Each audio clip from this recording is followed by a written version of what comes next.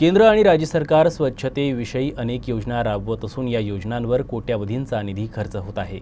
स्वच्छतेची हागणदारी मुक्त गाव योजना शासनाने राबवली, मात्र आजही अकोला जिल्ह्यातील अनेक गाव केवळ फलकावरच हागणदारी मुक्त असल्याचं वास्तव समोर आलंय। अकोल्यातील बाळापूर तालुक्यातल्या मौजे सागत येथील महिलांनी जिल्हाधिकारी कार्यालयात धडक देत निंबा ते सागत जाणारा रस्ता हागणदारी मुक्त करण्याची मागणी केली।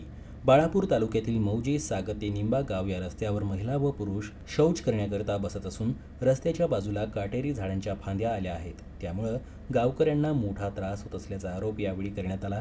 रस्ता हागणदारी मुक्त करून रस्त्यावरील काटेरी झुडपं काढून खड्डे असलेल्या ठिकाणी मुरुम टाकून रस्ता चालण्यायोग्य करून देण्यात यावा अशी मागणी करण्यात आली। आमच्या गावाच्या रस्त्याने खूप त्रास होतो, घरी जायला त्रास होतो। काही बाया येतात संडासला बसतात, खूप घाणेरडा रस्ता करून ठेवला आहे। घरी जायच्या वेळेस बॅगावर शितोडे उडतात, कपडे खूप खराब होतात।